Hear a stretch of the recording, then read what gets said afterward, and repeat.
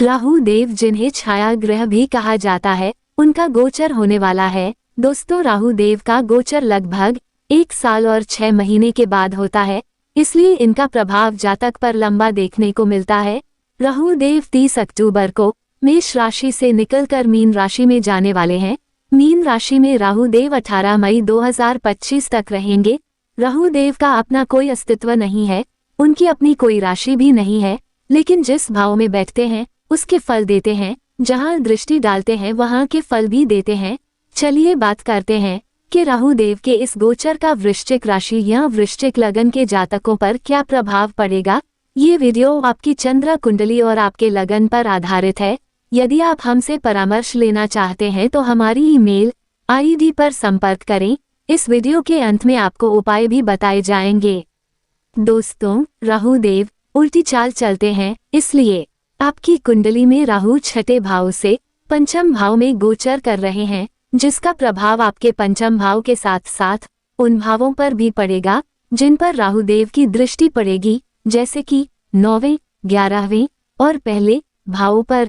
चलिए पहले बात करते हैं कि राहु देव आपको कैसे फल दे रहे थे और 30 अक्टूबर के बाद कैसे फल देने लग जाएंगे। राहु देव पिछले 18 महीनों से आपके छठे भाव में विराजमान थे, जिसे रोग, ऋण, शत्रु का भाव भी कहा जाता है।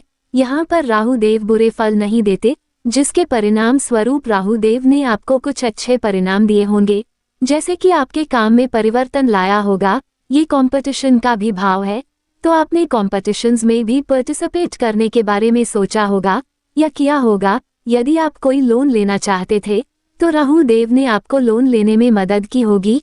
कोर्ट कचहरी के मामलों में भी आपको फायदा हुआ होगा। इन 18 महीनों में वैवाहिक जीवन में राहु देव ने जरूर परेशानी उत्पन्न की होगी। आपके जीवन साथी के साथ कुछ ना कुछ मनमुटाव जरूर करवाए होंगे।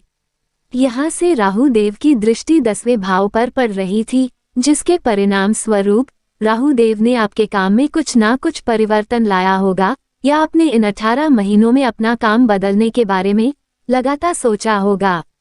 राहु देव की दूसरी दृष्टि आपके 12वें भाव पर पड़ रही थी, जिसके कारण आपका खर्चा बहुत हुआ होगा। आपके पास पैसा आया भी होगा, लेकिन खर्चा उससे भी अधिक हुआ होगा। इस भाव से हॉस्पिटल के खर्चे भी देखे जाते हैं, तो हो सकता है आपका खर्चा दवाइयों पर ज्यादा हुआ हो। अननेसेसरी खर्चे ने आपको परेशान रखा होगा। इसके अलावा राहु देव की दृष्टि आपके दूसरे घर पर भी थी, जिसके परिणाम स्वरूप राहु देव ने आपके अननेसेसरी ट्रैवल करवाए, जिनका आपको फायदा नहीं हुआ। इसके अलावा आपको दांतों से रिलेटेड भी किसी ना किसी परेशानी का सामना करना पड़ा होगा। लेकिन अब 30 अक्टूबर से राहु देव आपके छठे भाव को छोड़कर आपके पंचम भाव में जा रहे हैं। जैसे ही आपके 10वें घर से राहु देव की दृष्टि हटेगी, प्रोफेशन को लेके जो भी परेशानी बनी हुई थी वो हट जाएगी। प्रोफेशन में आपको ग्रोथ मिलेगी। यदि प्रोफेशनल प्लेस पर कोई पॉलिटिक्स चल रही थी तो उसका भी निवारण हो जाएगा। शनि देव भी आपके चौथे भाव में शश नाम का राजयोग बना रहे हैं, अच्छे परिणाम देंगे। पंचम भाव होता है संतान का, शिक्षा का, प्रेम प्यार का। जब राहु देव यहाँ आएंगे तो सबसे पहले तो जो लोग प्रेम प्यार में हैं, लव रिलेशनशिप में हैं, उनको अपने रिलेशनशिप पर थोड़ा ध्यान देना होगा। राहु देव रिश्तों में कंफ्यूजन या मिसअंडरस्टैंडिंग क्रिएट करते हैं, आपको समझदारी से पेश आना होगा अपने पार्टनर के साथ। राहु देव यहाँ आने के बाद आपका मन यहाँ वहाँ भटका भी सकते हैं। ऐसी स्थिति में कुछ लोगों के एक्स्ट्रा मैरिटल अफेयर होते हुए भी देखे गए हैं, तो आपको समझदारी से काम लेना है। इन 18 महीनों में जो विद्यार्थी अपनी पढ़ाई में कोई चेंज लाना चाहते हैं, कहीं एडमिशन लेना चाहते हैं, पढ़ाई में उनका कोई गोल है, तो उनके लिए तो अच्छा रहेगा। लेकिन पंचम भाव में आने पे राहु देव स्टूडेंट्स के मन में भी कंफ्यूजन्स क्रिएट करते हैं कि क्या मुझे यही पढ़ना चाहिए या चेंज करना चाहिए। इसलिए अपना फोकस क्लियर रखिए, आपके लिए अच्छा होगा। राहु देव पंचम भाव में आकर बुद्धि को तेज तो कर देते हैं, लेकिन मन को भटकाते भी हैं, जिसके लिए आपको हम उपाय भी बताएंगे। इसके अलावा ये भाव संतान का भी होता है, और राहु देव यहाँ बैठकर संतान से रिलेटेड कुछ चिंता भी आपके मन में उत्पन्न कर सकते हैं।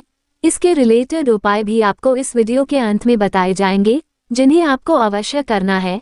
वहीं जो लोग संतान की प्लानिंग कर रहे थे तो थोड़ा डिले होगा, परंतु संतान हो जाएगी। पहले जो आपके खर्चे बहुत हो रहे थे अब उन पर कंट्रोल कर पाएंगे आप। अननेसेसरी ट्रैवल्स जो हो रहे थे अब उनसे भी फायदा आपको मिलने लग जाएगा। अब यहाँ से राहु देव की दृष्टि आपके नवम भाव पर पड़ रही है, भाग्य का भाव है। यहाँ राहु देव के आने से आपके काम में कुछ अड़चन आ सकती है। काम बनेगा जरूर परंतु थोड़ी मेहनत ज्यादा करनी पड़ेगी।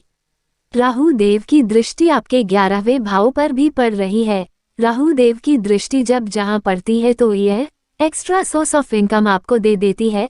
अगर आप किसी नए काम के बारे में सोच रहे थे तो यह अच्छा समय है, आप किसी भी नए काम की शुरुआत कर सकते हैं।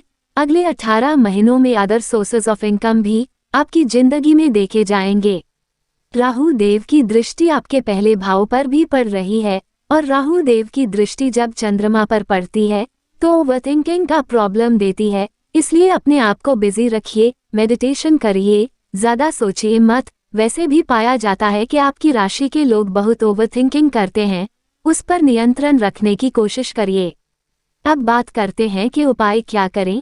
तो दोस्तों, मंगल देव आपके लग्नेश हैं, उनके बीज मंत्र का रोजाना 108 बार पाठ किया करें, ओम अंगारकाय नमः। और राहु देव के बीज मंत्र का भी रोजाना रात को 108 बार जाप किया करें, ओम राम राहवे नमः। हनुमान चालीसा का भी प्रतिदिन निरंतर पाठ करें क्योंकि शनि धैया भी चल रही है आपको। सूर्य देव को जल चढ़ाएं और पक्षियों को दाना पानी अवश्य खिलाएं, इससे राहु देव के बुरे परिणाम समाप्त हो जाएंगे। अगर ये वीडियो अच्छी लगी हो तो ऐसे ही और वीडियोस के लिए हमारे साथ बने रहें और चैनल को लाइक, शेयर और सब्सक्राइब करें। धन्यवाद।